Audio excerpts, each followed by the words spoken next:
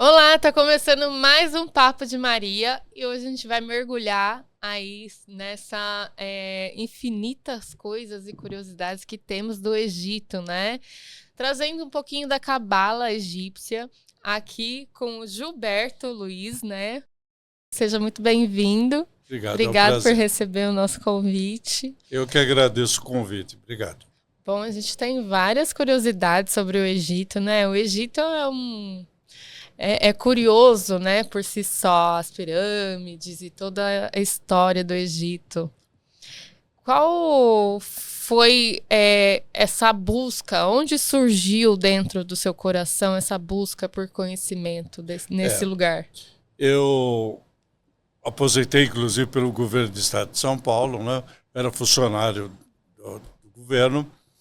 E numa terça-feira de carnaval, na praia de Copacabana, os amigos reunidos, chegou um amigo do Rio de Janeiro, foi apresentado, Bernardino, e começamos a conversar. E ele me disse que era embaixador e tinha sido nomeado pelo presidente para ir ser embaixador do Brasil no Egito.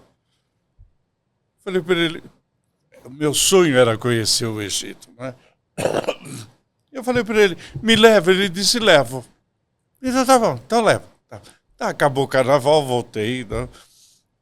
Uma semana depois ele me liga pedindo meus documentos, a secretaria que eu trabalhava e tudo mais, porque ele ia pedir que eu fosse nomear. Naquela época era nomeação, não era concurso público, porque faz muito tempo. E lá fui eu, então, morar no Egito, onde eu permaneci 5 anos no Egito. E eu tinha amizade com uma daquelas pessoas. Ele era funcionário do consulado alemão no Rio de Janeiro e foi para o Cairo. Foi relotado no Egito.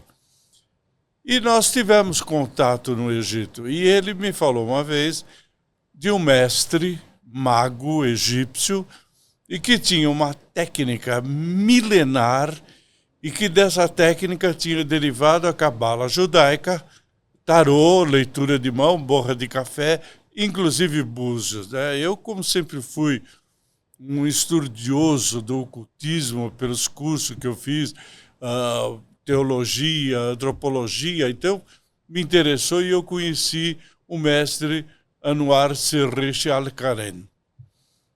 E ele me aceitou como discípulo dele. Durante 5 anos, eu tive aula com ele toda sexta, sábado e domingo. Porque sexta-feira no Egito não pode trabalhar, é dia santo, né? Toda sexta-feira.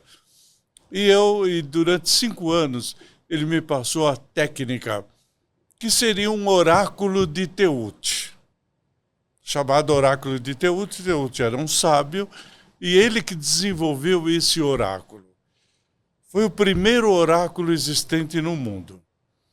Ele foi levado para o Punjab, onde iniciou a cultura do tarô no norte da Índia. Platão levou para Delfos, então, o oráculo de Delfos. E depois, com Moisés, saiu do Egito, foi para a Judéia, Europa, e aonde se formou toda uma gama mística. O Egito foi governado pelos etíopes durante 300 anos. Eles falam 300 anos, mas foi menos. E foram chamados os reis negros do Egito.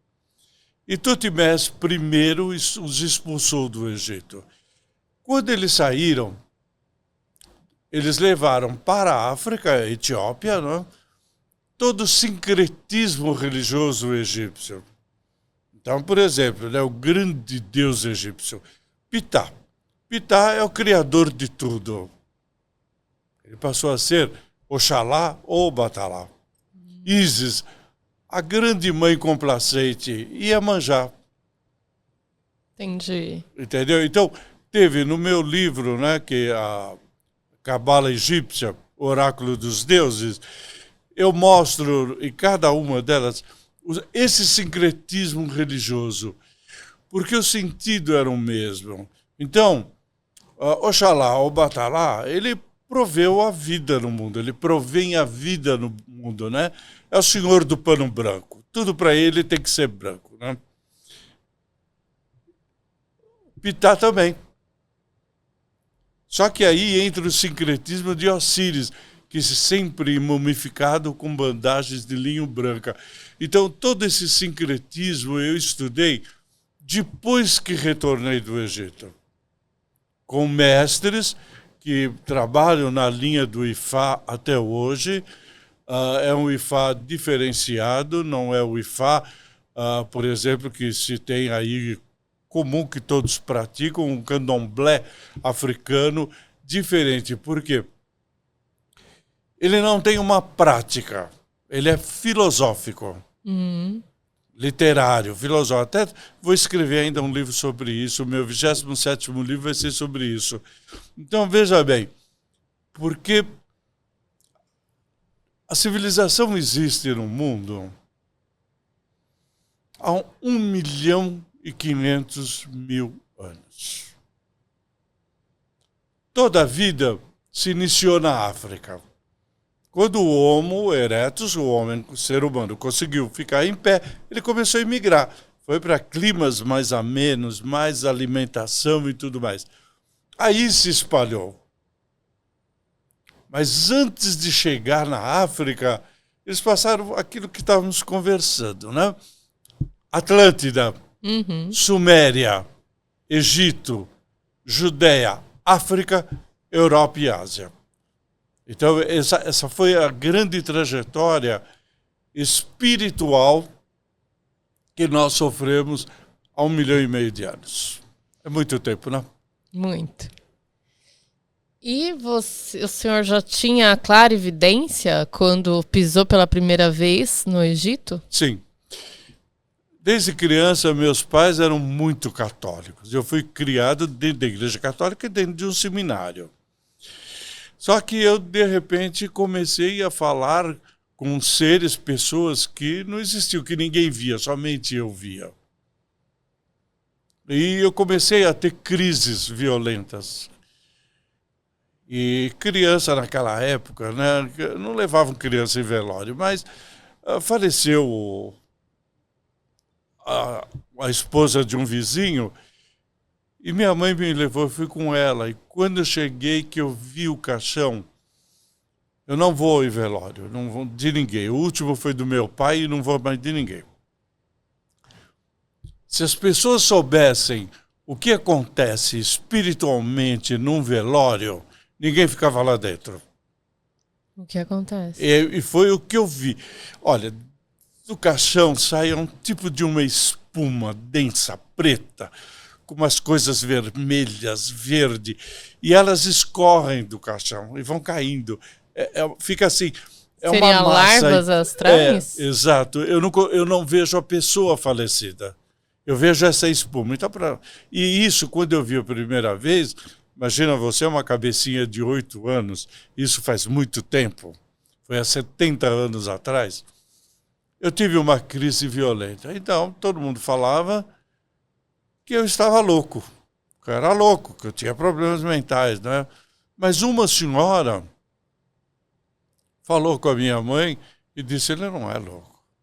Seu filho vê, fala com espíritos, com entidades espirituais.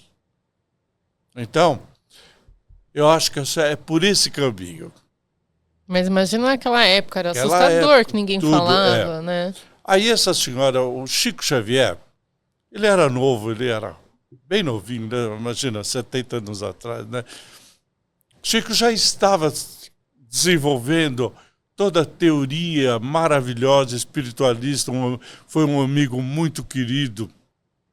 E essa senhora me levou na palestra. E eu, com ela, ficamos assim meio escondidinho, porque ia todo mundo escondido. Mas ia escondido. E eu percebi que Chico Xavier olhava muito para mim. E quando terminou a palestra, a maioria das coisas que ele falou eu não entendi, porque eu era muito criança. Somente o pessoal da Federação Espírita do Estado é que entendiam o que ele falava.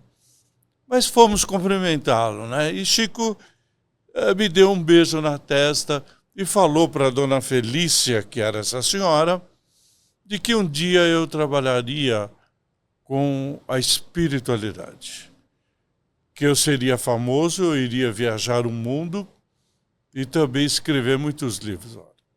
Meus pais eram exilados de guerra, vieram sem nada. Nós passávamos 1000 dificuldades. Eu Brasileiros? Não, são italianos. Uhum. Eu não via a menor possibilidade, até a minha adolescência, mas tudo bem. As crises continuaram e Dona Felícia então me levou numa mãe de santo, candomblé. E eu me lembro bem, porque eu era magrinho, eu quase não comia, não tinha comida. Não tinha, entendeu? Aí eu me lembro que ela jogou os búzios e os búzios todos viraram e fizeram uma flecha, assim, uma indicação para onde fica Oxalá. Nos búzios. E ela fez aquilo várias vezes e ela disse, olha, garoto é realmente um médium maravilhoso e eu vou ter que deitar ele. E realmente me raspou, eu tinha 9 anos, quando eu fui raspado no candomblé, para Oxalá. Uhum. Mas chegou num ponto em que eu comecei a perceber que a minha vida tinha parado, minha vida estava totalmente estagnada. Então, com dificuldades, emprego, escola, dinheiro, pai, mãe com neurose de guerra. Então, era muito difícil. Aí eu disse, quer saber uma coisa, eu vou dar um tempo, eu vou crescer, eu vou saber o que é, porque ninguém comprava livros de Chico Xavier, livros da Federação Espírita Brasileira, Bezerra de Menezes. Ninguém se atrevia a ir numa livraria e pedir um livro desses na época, porque era discriminado. Sim. Mas, enfim, eu conhecia um senhor que trabalhava comigo no banco, que era funcionário, e ele era um grande espírita. E começou a me emprestar os livros. Aí eu comecei a me elevar espiritualmente, adquirindo sabedoria espiritual. Saindo um pouco do Saindo candomblé. um pouco do candomblé, de todo, mesmo do kardecismo e tudo mais. Até que eu cheguei num grupo budista. Minha vida mudou em 90 dias. Sério? 90 dias. É o budismo que eu professo. Eu mantenho um templo budista aqui em São Paulo. Tenho muitos adeptos. Ali foi minha grande descoberta na vida. Descoberta espiritual. O que você encontrou lá que você não encontrava em nenhum outro lugar? Olha, sabe o que eu encontrei no budismo? Jesus. Entendeu? Por isso que eu escrevo sobre Jesus. Um Buda chamado Jesus. Ele é um Buda. Ele não é um Buda, ele é o Buda. Uhum. Aí eu comecei a estudar, fui para o Egito, pesquiso até hoje no Egito, porque nós levamos grupos uma vez por ano para o Egito, não só uma viagem de turismo, pirâmides, mas nós vamos em locais em que realmente o turista não vai. Para adquirir conhecimento e sabedoria, por quê? Do Egito. E onde está o Egito? Dentro de cada um de nós. Que é exatamente aonde está Deus, Maria, Buda, Jesus. E desenvolvi todas as minhas teorias, entendeu? Uhum. Então, veja bem, o budismo abriu minha mente para dentro de mim mesmo. Porque ou tudo seja, está dentro de nós. Dentro de você. Eu até escrevi um livro que já está na editora, está em revisão, das profecias de Jesus. E eu peguei os grandes profetas e os pequenos profetas. Os pequenos profetas são muito mais abrangentes do que os grandes. E cheguei até Amós. Amós. E tem um trecho que ele diz, ele viveu 750 anos antes de Jesus. O ser humano, as pessoas, irão procurar Deus onde Deus não está. Eu fiquei impressionado com isso. Pera um pouco, um profetinha pequenininho que ninguém nem fala de Amós. Como é que o cara fala uma coisa dessa? Como uma pessoa pode ir procurar Deus onde Deus não está? Ela está perdida, né? Então, pera um pouco. Onde é que está Deus? Sim. E eu cheguei a uma grande conclusão. Deus está dentro de nós. Não vem falar para mim que Deus está em todos os lugares, porque não está. Ou você acha que Deus vai numa prisão, traficante, bandido, estuprador? Ser humano não é para isso, nós somos seres divinos. Então, foi exatamente o que aconteceu. Nós somos seres estelares, segundo a filosofia da Cabala egípcia. E Deus o que é? Não é um ser de luz, espiritual, Sim. estelar? Então nós somos partícula dele. Lá na Gênesis diz que nós somos feitos à imagem e semelhança do Pai. A nossa matéria, o Pai não tem matéria. Então, é a partícula, nosso eu superior, que se aloja dentro de um local na mente chamado Canon, que está sendo recentemente descoberto e estudado pelas universidades japonesas. Não é pineal. É exatamente. Ali é que está o eu superior, o nosso espírito e o nosso Deus. Por quê? Na Gênesis está lá. Deuses fostes e haveis perdido. Eu, através de consulta, de palestras, vídeos, procuro falar para a pessoa, encontre o Deus que está dentro de você. E esse Deus vai te mostrar o quê? O caminho do meio. Qual que é o caminho do meio? Caminho do meio de Buda. Entendeu? É o caminho do Nirvana. Por quê? E onde está esse caminho? Onde está o Nirvana? Serão dentro de nós mesmos. Tipo o yin e yang? Exatamente. O bem e o mal. O bem e o mal. Todo mundo tem. Todo mundo tem. Nós temos uma parte maravilhosa, positiva, muito boa. Mas nós também temos uma parte muito negativa. Entende? Então, nas consultas da Cabala e tudo mais, nas palestras, eu procuro mostrar para as pessoas o que ela tem de melhor dentro dela. Ah, mas eu também mostro o que ela tem de pior.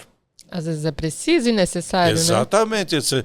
A pessoa se conhecendo profundamente, ela pode deixar de fazer tanta coisa errada que todos nós fazemos. Eu também faço, claro, né? E às vezes não enxerga, né? É, porque eu sou ser humano, ainda estou encarnado, ainda não sou Buda, entendeu? E cheguei a uma grande conclusão, assim, que pode falar que é coisa da minha cabeça, mas eu vou te falar.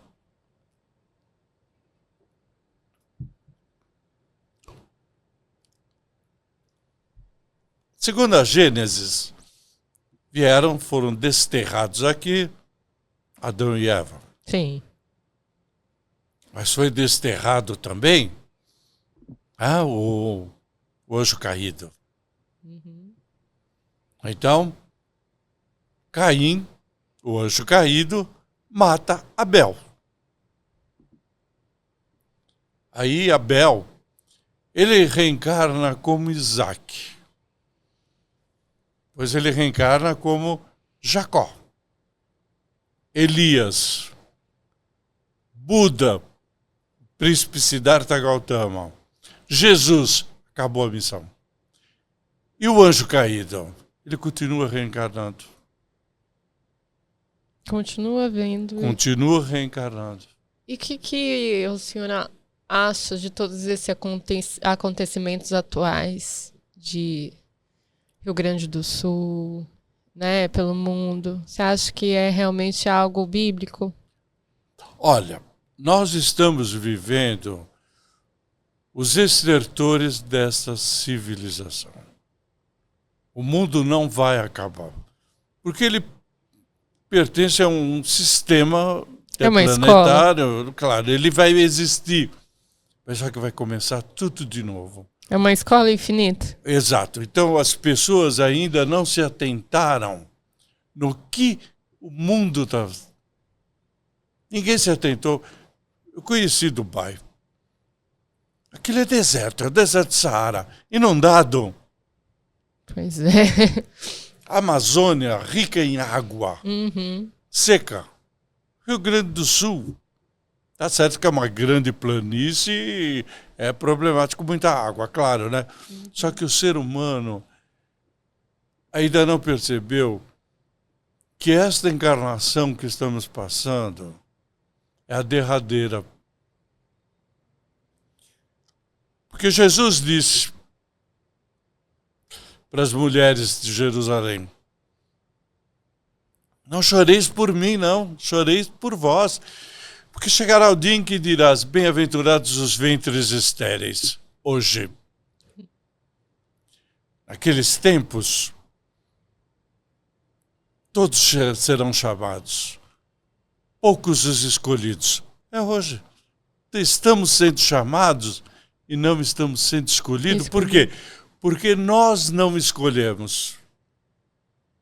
Agora, entenda bem que tudo que eu estou falando não tem nenhum fundo religioso. Porque a religião é concepção. Deus não é religião, Jesus não é religião, Buda não é religião. São filosofias, outra coisa. Entendeu? Agora, se a pessoa parar e pensar profundamente na evolução dela, para onde eu vou, o que eu farei, qual é a preocupação depois desta vida, o que existe lá, a pessoa muda, tem que mudar. E o mundo está caminhando realmente para o fim desta civilização. Eu duvido que o ser humano viva mais 60 anos no planeta. Sério? Tem profecias aí terríveis, feitas inclusive por um monge tibetano que nunca saiu do Potala, nunca.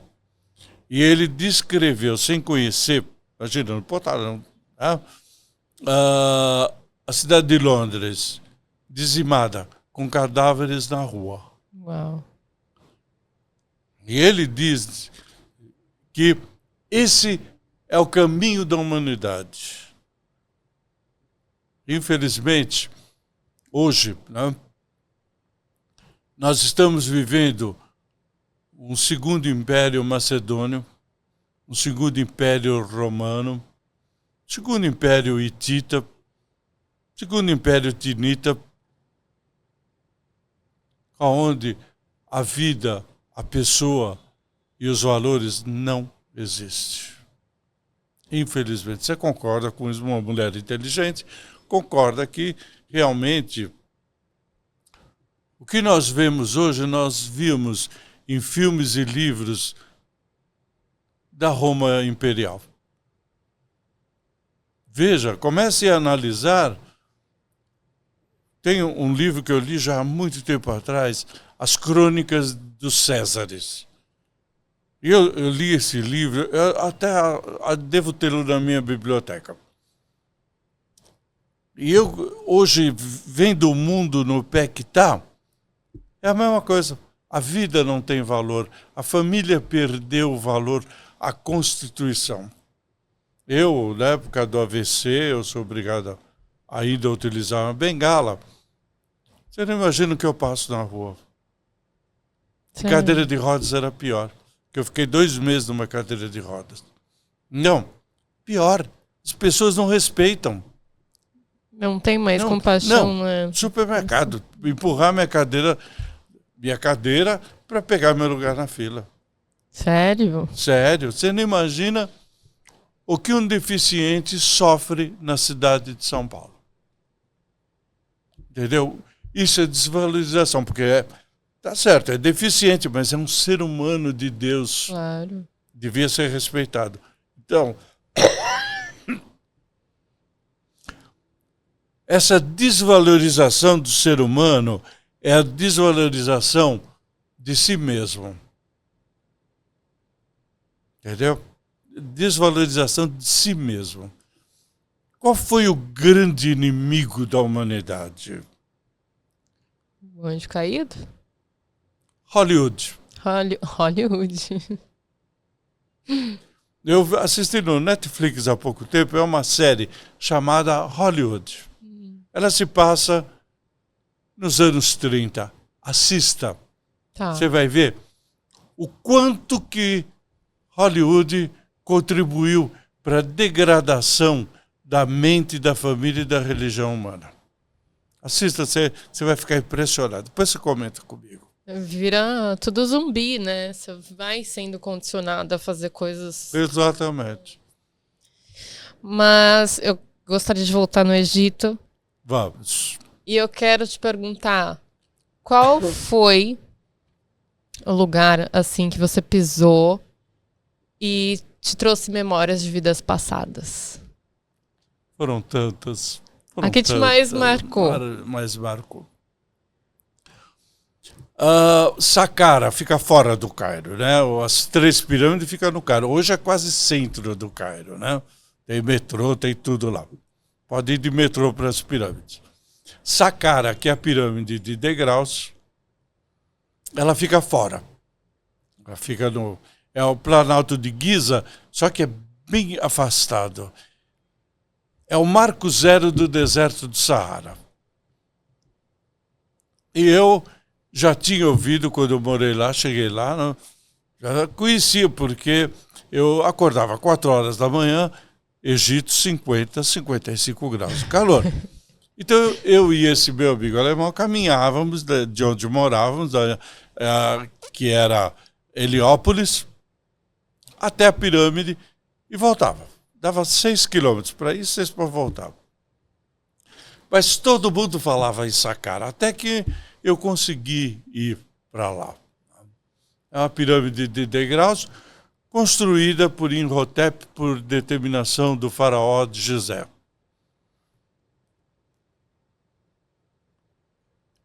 Eu tive muitas emoções na minha vida, boas e más, como todo mundo.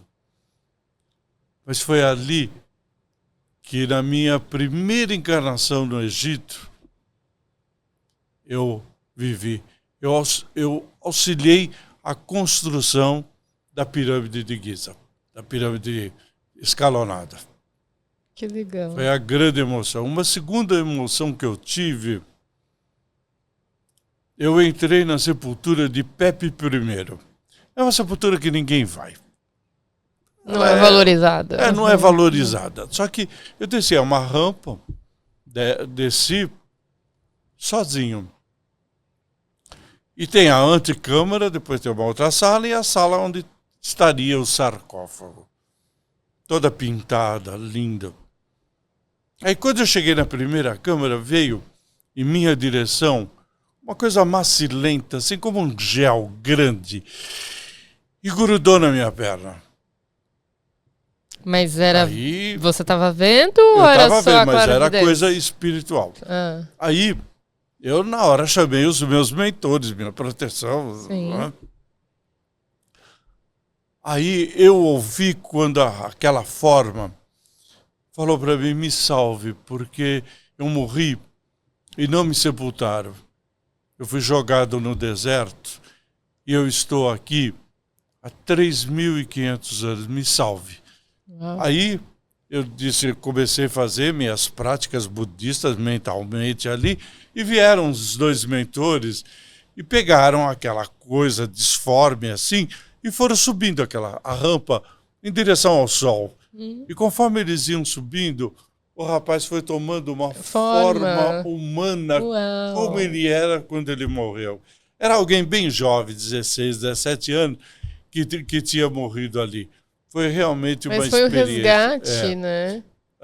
E uma outra também, porque o meu mestre, Anwar, ele não morava... Ele era egípcio mesmo. Acontece, ele era quase negro.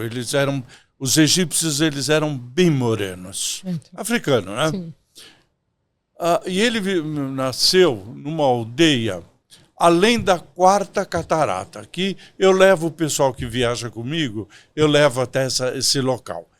A cidade existe há aproximadamente 3.000 anos, as mesmas casas, as mesmas famílias, falando o mesmo idioma. E ele foi estudar no Cairo. Foi estudar, fazer faculdade, fez faculdade. E não voltou mais, mas ele foi morar num tipo de um oásis que fica a 10 quilômetros do Cairo, em direção ao Sinai. E nós íamos lá. E a primeira vez que ele autorizou que eu fosse, meu amigo Helmut me levou. Aquele homem olhou para mim, falou em português. Português de Portugal. Português, né? Até que, enfim, eu te encontrei. Bom. Eu disse, que bom que o senhor pense assim, né? Nós já tivemos vidas passadas. E você não tem memória. Mas eu vou ressuscitar as suas memórias de vidas passadas. E ele que me ensinou a técnica das estrelas, a técnica que é o oráculo que eu chamo de cabala egípcia. Mas é um oráculo dos deuses egípcios. Tanto que a pessoa que faz o curso comigo, ela estuda todos os deuses egípcios. E estuda todas as estrelas egípcias. É a união do Deus com a estrela que nós temos condições de falar da vida da pessoa. Se você quiser fazer um teste e tiver alguém que você queira saber, você só me fala a data da pessoa. Eu uso essa tabela. Pode ser a minha? Você quer mostrar a Claro. tabela? Essa é a tabela básica. Aqui, Anthony, tá certinho, né? Ele vai focar aqui pra...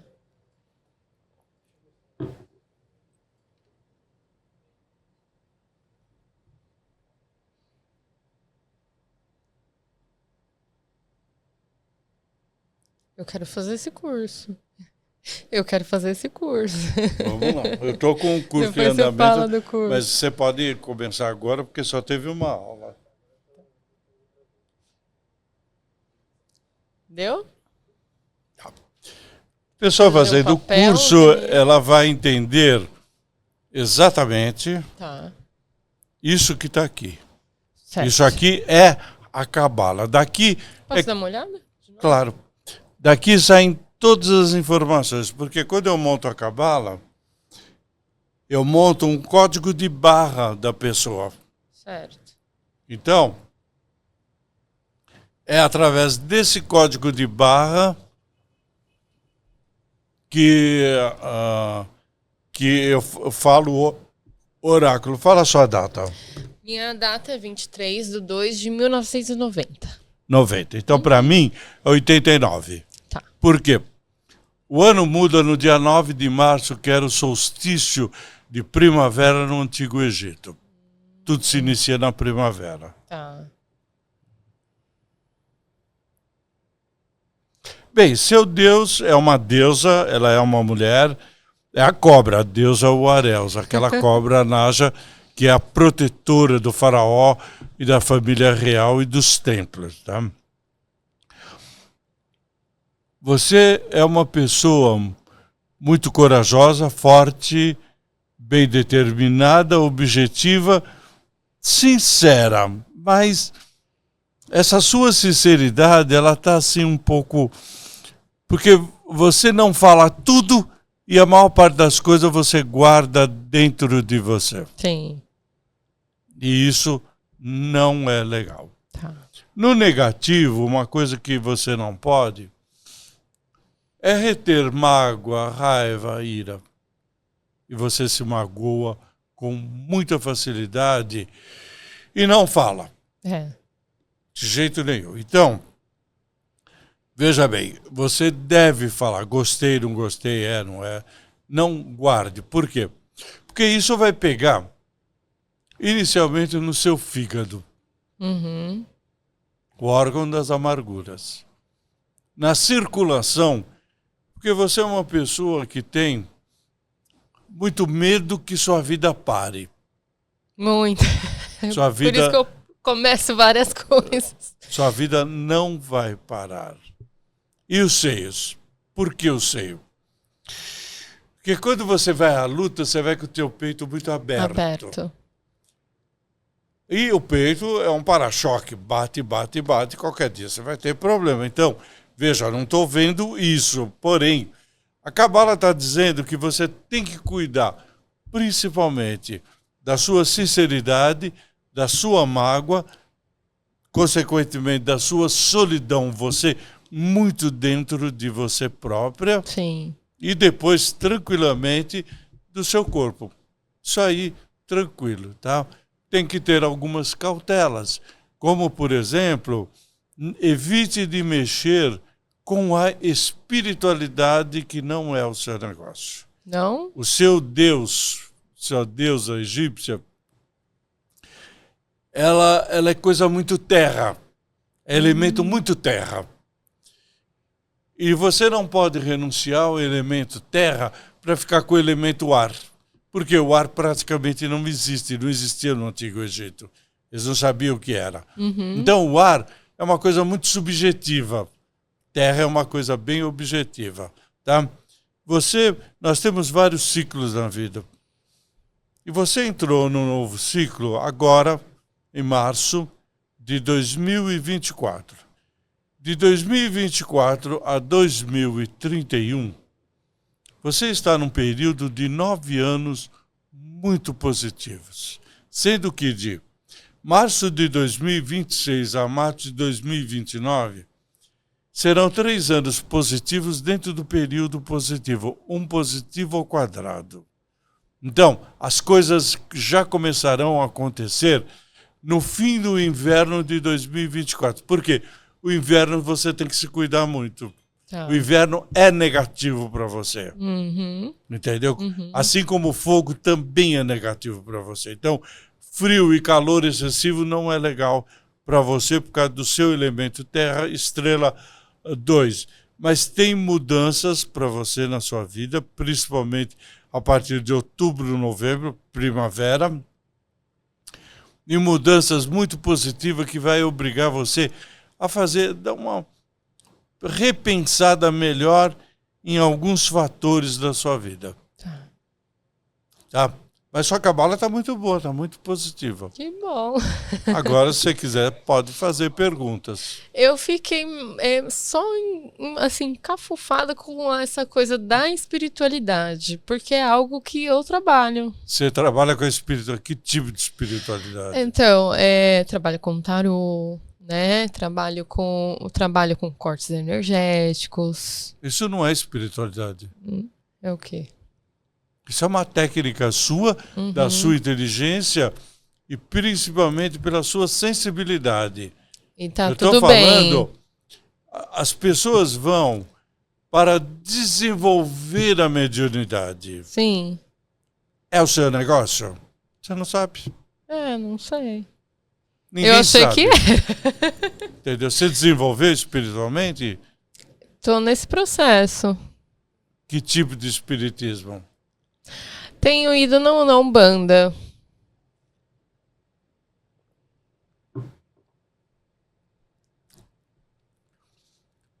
Seu caso específico não está errado. Tá. Porque você, no sincretismo, né? Sincretismo, você tem Oxóssi de frente. Oxóssi? O caçador, né? Estrategista. E você é caçador. Eu sou muito. Você é bem estrategista. Você é de aguardar, né? Então, veja bem. Para você não está errado. Por quê? Quem vai aparecer em primeiro lugar é um caboclo. É um índio. Você entendeu? Muito bonito. Só que ele não é cheio de pena. É um índio, mas só que ele tem uma placa, eu estou vendo ele, é tipo de uma placa de cobre, assim, no peito, sabe? É um índio diferente, mas é um índio. Caboclo é de Oxóssi, então você está no caminho certo. Tá. Entendeu? Eu não vejo te trazendo prejuízo. Hum. Agora, as pessoas vão, é muita irresponsabilidade falar uma pessoa, põe roupa branca e vem trabalhar. É muita irresponsabilidade. Eu acho que a espiritualidade a gente se conecta dentro, né, de nós. Exatamente. Perfeito. Maravilha. Existem técnicas que estão prejudicando muito as pessoas. Eu quero te fazer uma pergunta, porque eu sinto que eu tenho um chamado muito grande com o sagrado feminino, né, com a força da mulher. Sim, você tem Oxum como mulher. Esse resgate, né? E eu tenho lidado com algumas sombras. O que você acha das sombras? Não, essa sombra, vamos por assim, é o seu mecanismo de defesa, porque você está mexendo com uma força, uma energia desconhecida praticamente, Sim. Né? E muito vulnerável. Então, essa sombra é de você própria. Como eu posso explicar? Tenho trabalhado com mulheres que têm depressão, pânico, não conseguem sair de casa. Então, quando eu faço a projeção astral, acabo vendo algumas sombras, né? Que são aí os espíritos sombras. Então, essa sombra é você própria. Sou eu mesma. É você mesmo, porque, assim, não me atinja. A sombra não consegue me atingir. Tá. É mais ou menos isso. Mas também pode ser de uma entidade que não está clara aqui. Ela não está se mostrando, mas é uma mulher. É uma senhora. Eu tenho a impressão que é uma senhora. Mas é uma pessoa que da minha família? Não. É uma entidade espiritual que provavelmente quando você mexe com o sagrado feminino, ela se apresenta e trabalha. Entendi. E vamos falar um pouco da história de Jesus, né? Que Jesus deu uma sumida aí, né? Não. E onde ele foi parar? Bem, ele foi parar no Egito. Todo mundo fala que é Alexandria. Mas Alexandria não tinha nada, era a terra de Cleópatra. E naquela época, Alexandria estava destruída por um terremoto. Não tinha. Ele foi para Heliópolis. Acontece o seguinte. Quando Gabriel fala para Maria, foge, porque eles vão pegar todo mundo da tribo de Levi, vão matar todos os garotos. Quem foi para o Egito?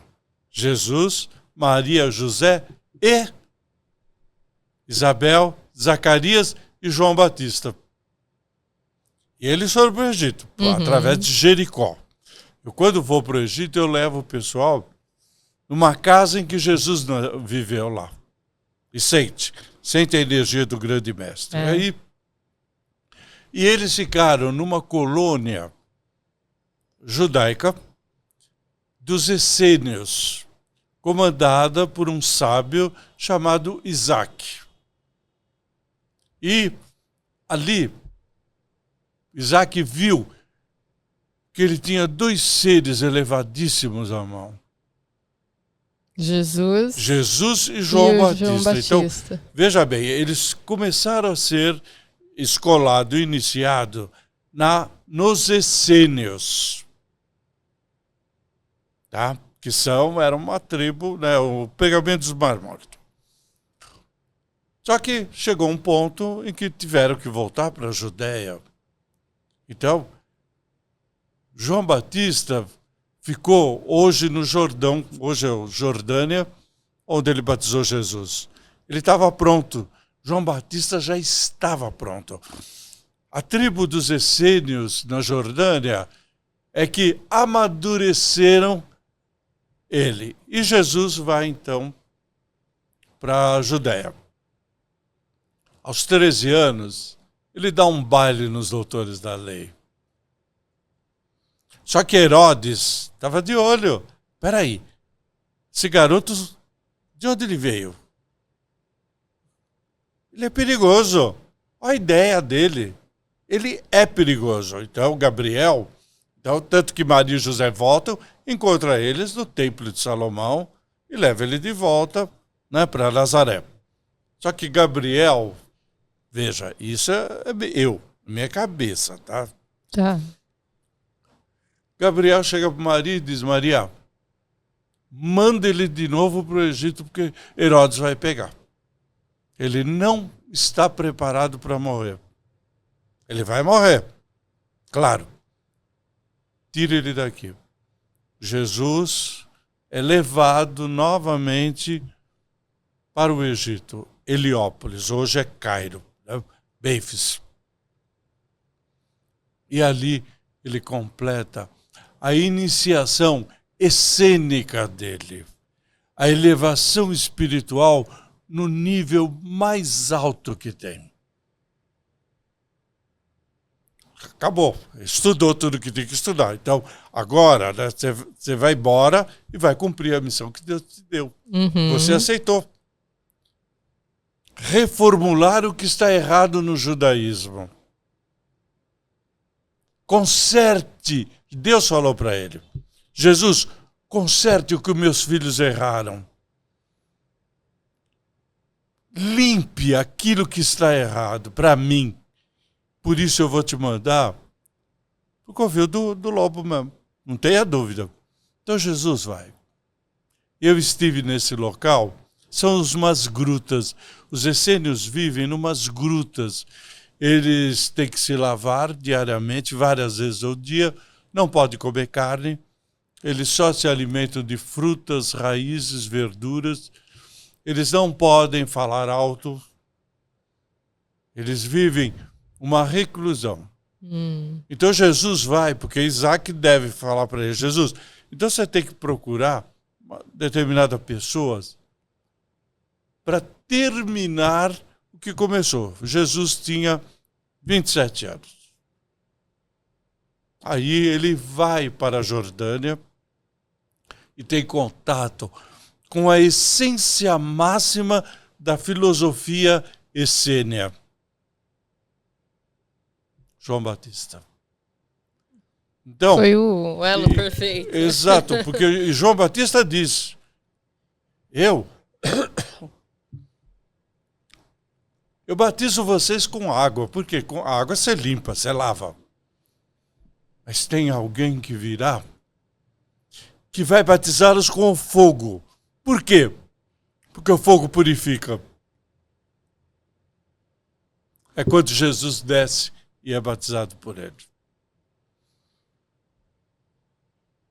Escrevendo o livro, eu tive uma visão. Me conta. João levanta Jesus da água, né? Mestre, está todo molhado, né? Jesus beija João no rosto. Ambos choram. Pelo futuro deles, pelo futuro do ser humano.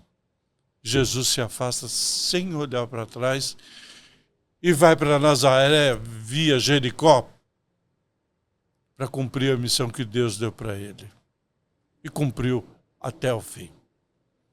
Só que o anjo caído estava incorporado em Yosef Caifás. E quando Caifás viu Jesus aos 13 anos no templo, ele disse: esse é o cara. Ele não pode. Foi quando ele tentou pela primeira vez. Exatamente. Então, veja bem, por isso que Caifás teve que matar Jesus. Ele também estava predestinado. Também estava predestinado. Igual Judas. Igual Judas. Só que Caifás está encarnado. O anjo caído está encarnado no mundo. Está encarnado. E você acha que ele... Você conhece ele. Eu não posso falar quem é, mas você conhece. Conheço.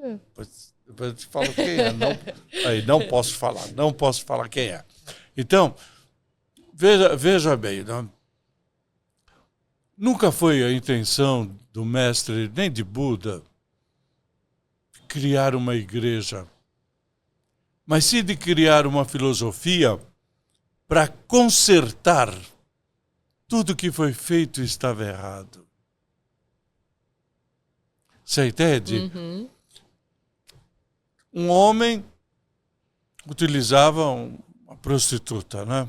Maria Madalena. A mulher pecava. Peraí, o homem não peca? Eu não concebo essa ideia. Mas você acredita nessa história? Para o homem, para a mulher, para todo mundo. Você acha que é real essa história de Maria Madalena? Não, não. Maria Madalena, você tem o livro dela aí que eu escrevi. Ela foi tida como uma prostituta porque a mulher, ela tinha que se cobrir inteira, como os muçulmanos, não pode mostrar o cabelo, o rosto, nada. E ela era uma mulher egípcia, de Magda. E ela usava o cabelo solto. Não era a cultura como dela. As mulheres egípcias, as mulheres de Magda. Claro. E aliás, então, no Egito as mulheres têm uma força. Tinha, né? Nossa, muita força. Entendeu? Ela nunca foi prostituta. Como... Desculpa, pode terminar. Indo um pouco mais além, num livro que eu li, eu não jogo o livro fora. Tá. Eu guardo, vendo, dou, marco, mas esse livro, né? Eu joguei no lixo. Código da Vinci. Aquilo é uma afronta. Aquilo é pura heresia. Eu nunca li, então não faço ideia. Porque o nível de elevação mental, espiritual, material de Jesus era tanto que não podia ter relação sexual. Pergunte para qualquer pessoa, você consegue imaginar Jesus, o Papa, o Dalai, tendo relação sexual? Você não consegue. Por quê? Por causa da elevação espiritual. Agora vem o sujeito falar que ele teve um filho com Maria Madalena. Sim. Não tinha. Ele não tinha isso, ele não tinha um sentido humano. Nem era o propósito dele, né? Já visto que ele não gemeu na cruz. Por que não gemeu? Porque chegou num ponto que ele disse, é carne que vocês querem? Fica com ela. Pomba. Ele foi embora e deixou o corpo lá. Uhum. Façam o que vocês quiserem com ele, como nós fazemos com o nosso, que nós bem entendemos. Entendeu? Então, isso para mim, aquele Jesus Salibarri, sabe? Aquilo é uma heresia, uma ofensa. Uhum. É uma ofensa à divindade de Jesus. Então é um livro em que eu realmente li até o fim, porque eu queria saber aonde ia chegar, e joguei no lixo e não dei para ninguém ler. Ninguém merece. Ninguém merece. Por quê? Para que mexer com algo tão sagrado, com uma divindade? Você acredita que as pessoas também, elas... Bom, a gente falou isso agora há pouco no começo. As pessoas estão se afastando do sagrado, né? Da imagem de Cristo. Tá tudo muito contaminado, né? Muito contaminado. Só que essa contaminação agora, ela atingiu níveis muito elevados. Então, o próprio planeta, não é espiritualidade, o próprio planeta Terra, ele está se rebelando. Até agora vocês não pararam, então eu vou parar vocês. E é isso que vai acontecer. Provavelmente, se Deus quiser, não estaremos aqui para ver tanta desgraça, mas uma boa parte, com certeza, você pegará. Eu não, mas você pegará, porque você é bem mais nova que eu. Sim, não quero também.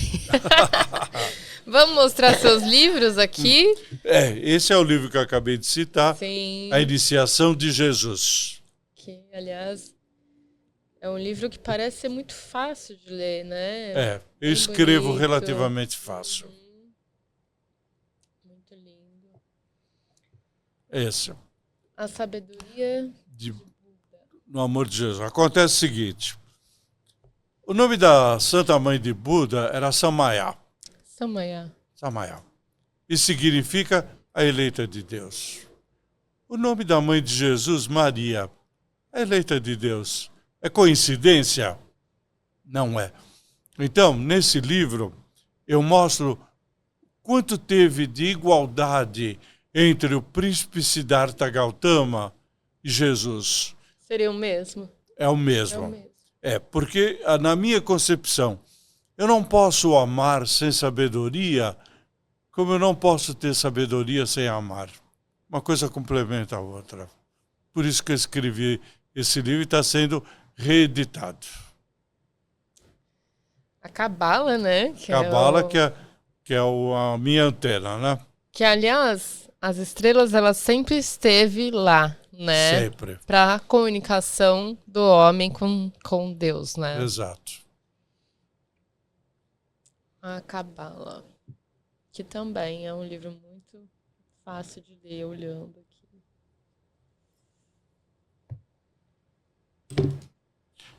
Esse é meu principal mentor, o construtor das pirâmides, primeiro compêndio médico e farmacológico e arquitetônico, foi ele que criou.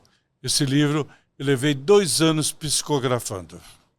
Ou seja, ele que escreveu. Ele que escreveu. E falando aqui um pouco ainda sobre Egito, você acha que está perto aí de encontrar Cleópatra? Você acha que nunca vai ser encontrada? Não. Ela diz, nenhum homem vai me encontrar, mas não disse sobre mulher. Não vai. É. O local que ela foi colocado não se perdeu totalmente, porque eles acham a sepultura no Vale dos Reis, no Vale das Rainhas, em Mênfis, em Luxor, Assuã e tudo mais. Só que ela não está em nenhum desses lugares. Como ela também não está em Alexandria. Mas estão procurando no fundo do mar agora. Tá, mas não vão achar não. nada. No fundo do mar, 2000 anos, não tem mais nada lá, né? É. O enviado de Deus. Isso aí eu descrevo as encarnações de Francisco de Assis. Francisco de Assis. Por que Francisco de Assis? Porque ele teve 22 encarnações até a última encarnação dele como um papa, que já morreu há alguns anos. É toda a trajetória espiritual de um papa. Até a elevação. Como eles chegam a um nível de um papa ou de um lama.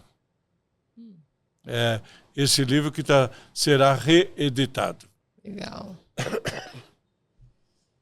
São quantos livros? No total está 25 já. 25. Por enquanto só tenho esse, porque a edição está um pouquinho cara. Transfiguração da essência humana. Esse é o método de Buda. É o método que eu utilizo para as minhas aulas de budismo. Tá. O senhor palestra também, né? Palestra sobre budismo. Nefertiti, né? Aí é esfinge de Nefertiti, mas Nafranuti, a última encarnação dela foi como Maria Madalena. Ah, que interessante. Quando eu me vi no Egito, eu usava uma túnica dessa. Exatamente. Karmas. Conheça seus karmas. Nesse livro, eu abordo de uma forma científica todos os karmas que as pessoas possuem. Esse eu quero ler. Quero ler todo. Ele está diretamente ligado à minha filosofia budista. Tá. E o último aqui, né? O louvado Buda. Buda. É o budismo que eu professo, porque o meu budismo, ele desenvolve a clarividência e a mediunidade, sem mexer com entidade espiritual. Entendi. Agora vamos falar um pouquinho o que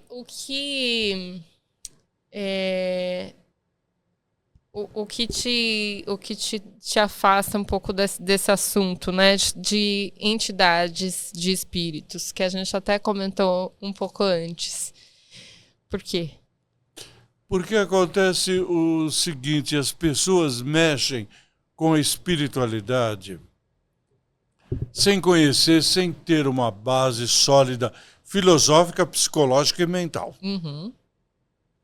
E a força de uma entidade espiritual, ninguém imagina o que essa força é capaz de fazer.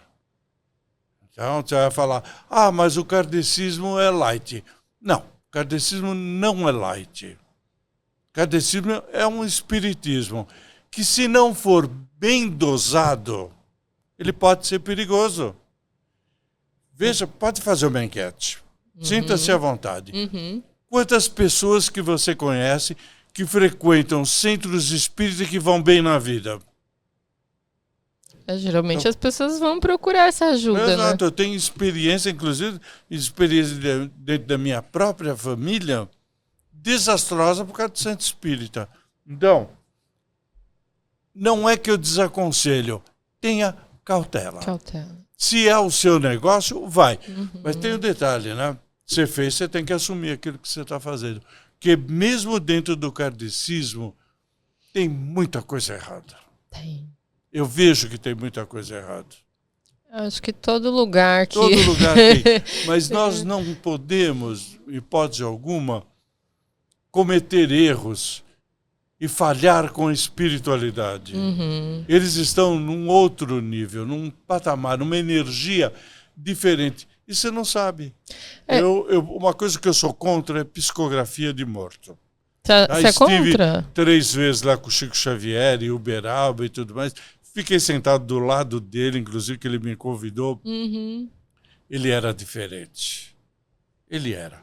Ele tinha uma elevação mental e espiritual fantástica. Mas veja bem, eu atendi uma moça, veio um casalzinho, os dois bem empregados, ele um alto cargo numa multinacional, muito bem. E o pai da moça tinha morrido 2, 3 meses. E a moça veio para que eu psicografasse uma mensagem do pai dela. Eu disse que não psicografava e que ela não devia, porque ela não sabe o que vem. Nem sabe se é o pai, ela não tem condições de saber. Então, da minha família, eu perdi minha família inteira, não tem ninguém.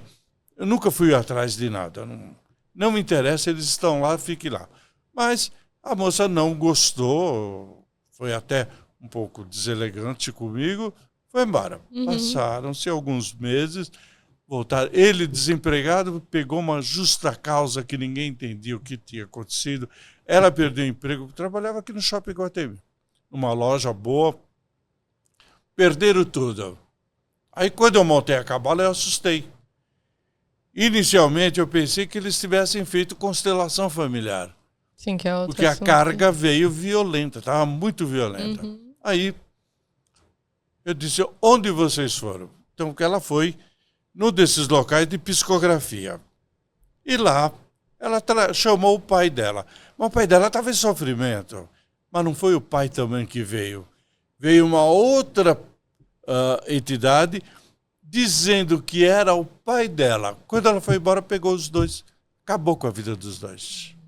Então, o espiritismo, o espiritualismo é lindo, a Umbanda é lindo, o Candomblé é maravilhoso, eu adoro. Eu vou, inclusive. Tenho amigo do Candomblé, tenho amigo da Umbanda que eu vou. Principalmente quando tem festa, que a comida é uma delícia, né? Entendeu? Quando eu estou com dúvida, eu vou consultar o Exu de um amigo que ele incorpora seu tranca-rua. Sim, eu ia perguntar sobre a incorporação, por exemplo. Então, a incorporação, eu acho que é o nível primário da entidade e da pessoa. Chico Xavier não incorporava. Não. Zé Arigó não incorporava. É como se a gente tivesse aqui a incorporação aqui. Exato. Não tem. Não tem uma elevação. Não tem uma elevação. Infelizmente é isso mesmo. Entendeu? Bem, o casal eu precisei mandar, realmente teve que sacrificar muitos animais no candomblé para tirar o que estava com eles. E eles nunca mais conseguiram o que eles tinham perdido. Triste, né? É. A constelação, né, que a gente estava comentando, que é algo muito sério também, né? Porque veja bem, a constelação de Hedig, eu conheci pessoalmente na Argentina, num congresso que eu fui, até ele falava muito bem o espanhol, conversamos. Nos livros do Hedig está escrito não constelar falecidos. Quem trouxe essa constelação para cá é uma espírita muito mal informada, muito mal formada no espiritismo. No país se constela o que vier. Não que já foi. Não é para mexer com os mortos. Quer fazer alguma coisa pelos seus falecidos? Manda rezar a missa. Eu encaminho para o shintoísmo para fazer rituais budistas para os falecidos. A constelação familiar, ela atrai o que está em sofrimento num cemitério para dentro da família. Toda pessoa que constelou, que vem consultar comigo, tem problemas. Algumas dá para resolver ali no escritório mesmo, eu resolvo. Outras tem que fazer coisa pesada no candomblé, inclusive consumir sangue, entendeu? Porque a coisa é muito pesada, porque ninguém sabe o que é do lado de lá. Meu mentor me levou porque eu tinha muita curiosidade. E Hassam, que é o beduíno, o tuareg, ele me levou na primeira camada do umbral, onde nós chegamos. Morremos e vamos para lá. Sei. É a porta, o portal. Ele não me deixou ir, eu queria ir lá. Mas ele disse, não, ainda não. O dia que você for, eu te levo para você ver. Mas por enquanto não. Então eu vi pessoas se arrastando, gemendo, choro, sangue, coisas horríveis. Mas eu vi entidades caminhando em pé. Não seria esse os Exus? Elevação espiritual. Então nós que somos espiritualizados, que temos fé em Deus, em Jesus, Buda, Maria, enfim, nós quando chegarmos no umbral, provavelmente nós caminharemos, mas não vamos mais nos arrastar. Por quê? Entendi. Temos uma conduta digna e verdadeira, honestidade, e temos a nossa fé e a nossa crença. Isso é suficiente. Muito bom. Quero agradecer, né, o nosso bate-papo, que já vai começar outro, né? Vai. Isso. Eu só posso deixar uma mensagem? Claro. Para todo mundo. Tá? Seja qual for a sua etnia, seja qual for o seu credo, seja qual for a sua opção, venha, abrace-me. Somos irmãos em Deus. Muito obrigado. Deus te abençoe, você e sua família. Namastê. Muito obrigado mesmo pela oportunidade. Namastê. Muito obrigada também por ter participado. Estou muito feliz de te conhecer pessoalmente. Obrigado. Eu também. Obrigado. E fica aqui mais um Papo de Maria. Curta esse vídeo, compartilhe, ative o sininho. Mande seu comentário, né? Pode mandar pra gente aqui que eu mando também pro seu Gilberto. Por favor. E até a próxima. Um beijo!